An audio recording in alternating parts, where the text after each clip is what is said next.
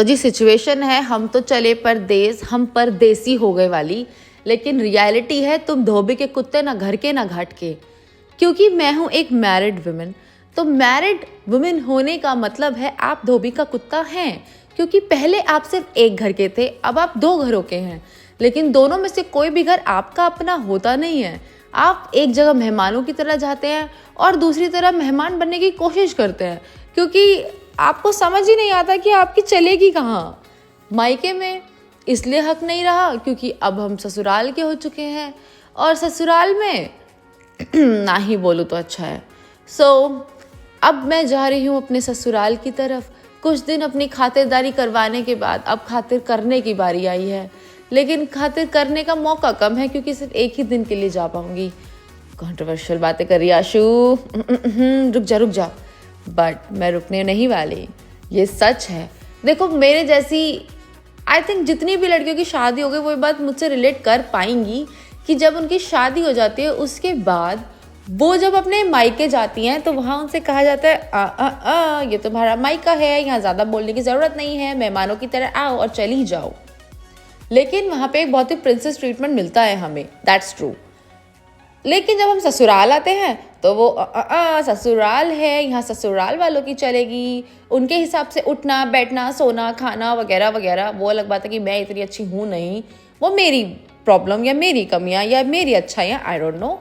लेकिन होता यही है कि ससुराल आने के बाद आपको ससुराल वालों की तरह रहना है और आपकी अपनी ज़िंदगी ख़त्म। मायके में रहने में जब तक शादी नहीं हुई है आप अपने हिसाब से जी रहे होते हैं, लेकिन शादी होते ही मम्मी का एक ही पॉइंट होता है, अब तुम्हारा मायका है ये, यहाँ मेहमान की तरह आओ, रहो, अच्छे से खातिर कराओ और उसके बाद अपने ससुराल चली जाओ। तो बेसिकली शादी के बाद एक मायका और एक ससुराल हो जाता है, अपना घर तो कहीं होता ही नहीं है। ये पूरी ज़िंदगी का एक सबसे बड़ा दुख है और आई थिंक इसीलिए मुझ जैसी बहुएं राशि बहू बन जाती हैं, जिन्हें अपना घर चाहिए होता है। क्योंकि अपना घर वो होता है जहाँ मेरी सुनी जाए, मेरी चले, मेरे हिसाब से चीज़ें हो पाए, जहाँ मेरा एक से हो। और वो कहाँ होता है? अपने अपने घर में। अभिव्यक्ति के अपने अधिकार का बहुत बहुत इस्तेमाल कर चुकी हूँ मैं, अब कर लेती हूँ अपने मुंह को बंद क्योंकि पहुँचने वाली हूँ ससुराल। जी हाँ, मैं ऐसे भी रह सकती हूँ with suit and dupatta with bindi. अब मैं आ गई हूँ अपने वाले अपने घर, अपने मतलब अपने अपने घर। ये मेरा रूम है और अब मैं यहाँ आई तो मैंने सोचा कि मैं ऐसे हो जाती हूँ, तो मैं ऐसे सूट वूट पहनकर रेडी हो गई हूँ। अब मैं यहाँ रहूँगी। बेटे बहुत हो गए मजे, बर्थडे खत्म हो गया, अब अपनी औकात पे आइए। इसके बाद मैंने कोई ब्लॉगिंग की ही नहीं। Hi everyone and welcome back to my channel. हो गई है मेरी सुबह उठ के बैकग्राउंड चेंज, लेकिन मैं नहीं। कल मैंने कोई व्लॉग नहीं बनाया घर आके, लेकिन आज तो हम ज़रूर बनाएंगे। दिल्ली में आज हमारा लास्ट डे है, बनना तो बनता है। Let's see what we will do. Guess what, एक और पुत्री अपने मायके आई है और मैं इससे बहुत खुश हूँ। दीदी यू नो बेस्ट, मतलब मैं आई और मैं पूरी फैमिली दिखा पाऊंगी अब। बिल्कुल। पहले मैं कुछ खा लूं उसके बाद बात करूंगी। खाने पीने और रेडी होने के बाद हम निकल लिए मार्केट। जाते जाते भी मैं बाज नहीं आ रही हूँ, मैं आ गई हूँ Arya Samaj market. Last day है और आज भी हम मार्केट जाएंगे, ये फीलिंग लेके जाएंगे, इसके बिना नहीं जाएंगे। दिल्ली के किसी भी मार्केट में चले जाओ आपको ऐसी ही मिलेंगी सुंदर सुंदर, बिल्कुल यही फीलिंग वाइब मिलेगी, मूड मिलेगा। और क्योंकि आजकल चल रहा है शादियों का सीज़न, तो भाई साहब एक से एक लहंगे, एक से एक सूट, इतने सुंदर सुंदर आउटफिट्स मिल रहे थे, देख के मन करता है सब कुछ खरीद लो। लेकिन फिर मैं सोचती हूँ करूँगी क्या मैं, I mean, मुझे कहाँ ही जाना है सब पहन के।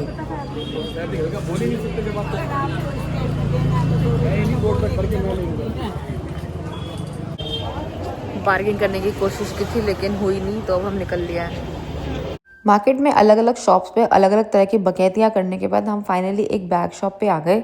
यहाँ आने के बाद हमें एक बैग पसंद आ गया जो हमने ले लिया। सरोजनी नगर के अलावा सिर्फ यहीं पे मैंने ये फुटवेयर की सब्जी मंडी देखी है। ये 250 to 300 के बीच में प्राइस रेंज होती है इनकी। पेस्टिंग वाले होते हैं पर थोड़े बहुत के लिए ठीक है। यहाँ के शॉपकीपर्स में एक एटीट्यूड अजीब सा है, वो लोग अंदर शूट करने नहीं देते। तो हमने 2 शॉप से जो भी सामान खरीदा वो हम शूट नहीं कर पाए। हमने ली थी कुछ बिंदियाँ, कुछ फैंसी कॉस्मेटिक एंड ऑल, और एक जगह से हमने लिए थे मम्मी के लिए फुटवेयर भी, तो वो सब हम लेके निकल लिए इस ई रिक्शा में बैठ के। यार इसमें बैठे हुए ऐसा लग रहा है जैसे महीनों सालों हो चुके हैं। नंबर में बता दियो अब। नहीं मुझे आ गई मैंने खाया ही नहीं। मैं तो बोल के खा लेती। पेट में जगह भी तो होनी चाहिए, जाके बीमार थोड़ी पड़ना है। अभी और कितना कुछ रह गया है, इस बात का रिग्रेट करते करते पता ही नहीं चला कब शाम हो गई और जाने का टाइम हो गया। इट्स टाइम टू से गुड बाय टू दिल्ली। जल्दी है हम अपना सामान उठा के वापस। 10 दिन कैसे निकल गए पता ही नहीं चला। 12 दिन।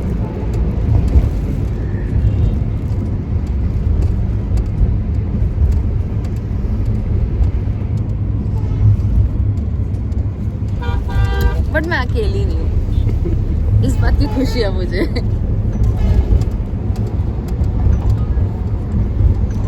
अच्छे लग रहे हो जी, ऐसे ही लग रहे हैं, एकदम खराब लग रहा है। काले हो गए शादियों में जा जा। मैं तो नहीं हुई। हाँ जी, आ गए हम स्टेशन। और इस स्टेशन पे पिछले 6 महीने में मैंने इतना ट्रैवल किया है ना कि अब मतलब मुझे सब कुछ याद हो गया यहाँ का। ओके जी, it's time to say bye bye.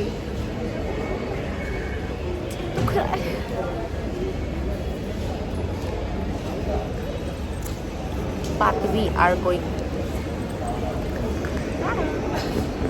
Train आ गई मेरी। उतरते ही 2 मिनट में एंजाइटी लेवल।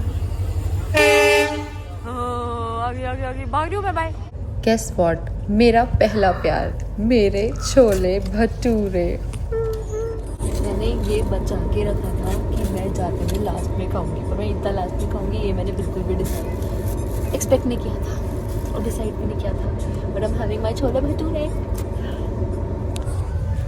छोले भटूरे के नशों में ऐसी नींद आई कि हम कब गोटन पहुंच गए पता ही नहीं चला।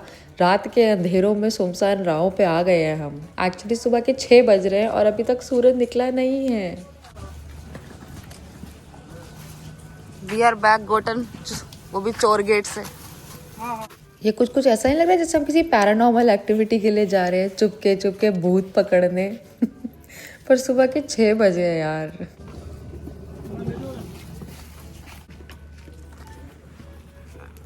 नीचे रखो ना कैमरा। हम चोर गेट से वापस आ गए गोटन। जेल में बंद होने आई ना।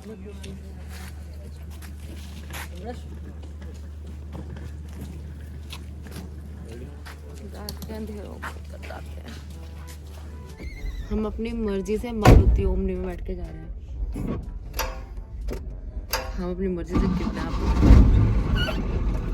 वेलकम टू गोटन, सपनों का शहर। I like this place. यहाँ रहने की अपने अलग मजे। सुबह सुबह से बात नहीं कर सकती। जब सूरज निकलने के बाद ये व्यू मिले तो भाई और ज़िंदगी में क्या ही चाहिए। कौन बोलेगा कि ये इंडिया है, और इंडिया भी वो जहाँ बाहर कुछ नहीं है और अंदर ये है। बहुत ले लिए नज़ारों के मज़े, खाली पेट कोई मज़े नहीं आते, इसलिए मैं ब्रेकफास्ट करने आ गई। ब्रेकफास्ट में ढोकला था विच आई डोंट लाइक मच, पर फिर भी क्योंकि भूख लग रही थी तो मैंने खा ही लिया। मैं अकेले ही ब्रेकफास्ट करी थी क्योंकि लव तो चले गए थे, उनको लेट हो रहा था। ये चाय है? मैं आपको पूछने वाली थी कि है क्या चाय। जितनी पेट में जगह थी उससे ज़्यादा ठूस लिया मैंने, क्योंकि मुझे बहुत भूख लग रही थी और मैं बहुत मिस कर रही थी यहाँ के मेस का खाना। तो खाना खा के, दूध पी के, चाय पी के निकल ली। Breakfast done. अब मैं जा रही हूँ सोने। सो के उठूँगी, उसके बाद देखूँगी कि आगे क्या करना है अब घर में। तो ये व्लॉग एंड होगा अब मॉर्निंग में, जो कल से चल रहा था। अब देखेंगे इसके बाद नेक्स्ट व्लॉग में हम क्या करेंगे। तब तक के लिए बाय बाय।